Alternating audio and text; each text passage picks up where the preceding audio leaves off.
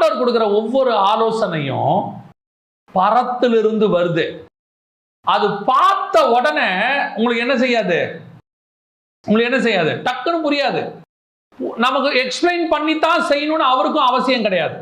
அவர் சர்வ வல்லமை உள்ள தேவன். நம்முடைய வேலை ஒண்ணு, அவர் ஆலோசனைக்கு கீழ்ப்படிய வேண்டியது. உங்களுக்கு புரியுதா? அவருடைய ஆலோசனைக்கு கீழ்ப்படிய வேண்டியது. இதை விட்டுட்டு அவர் ஆலோசனையை ஆராய்ச்சி பார்க்காதீங்க.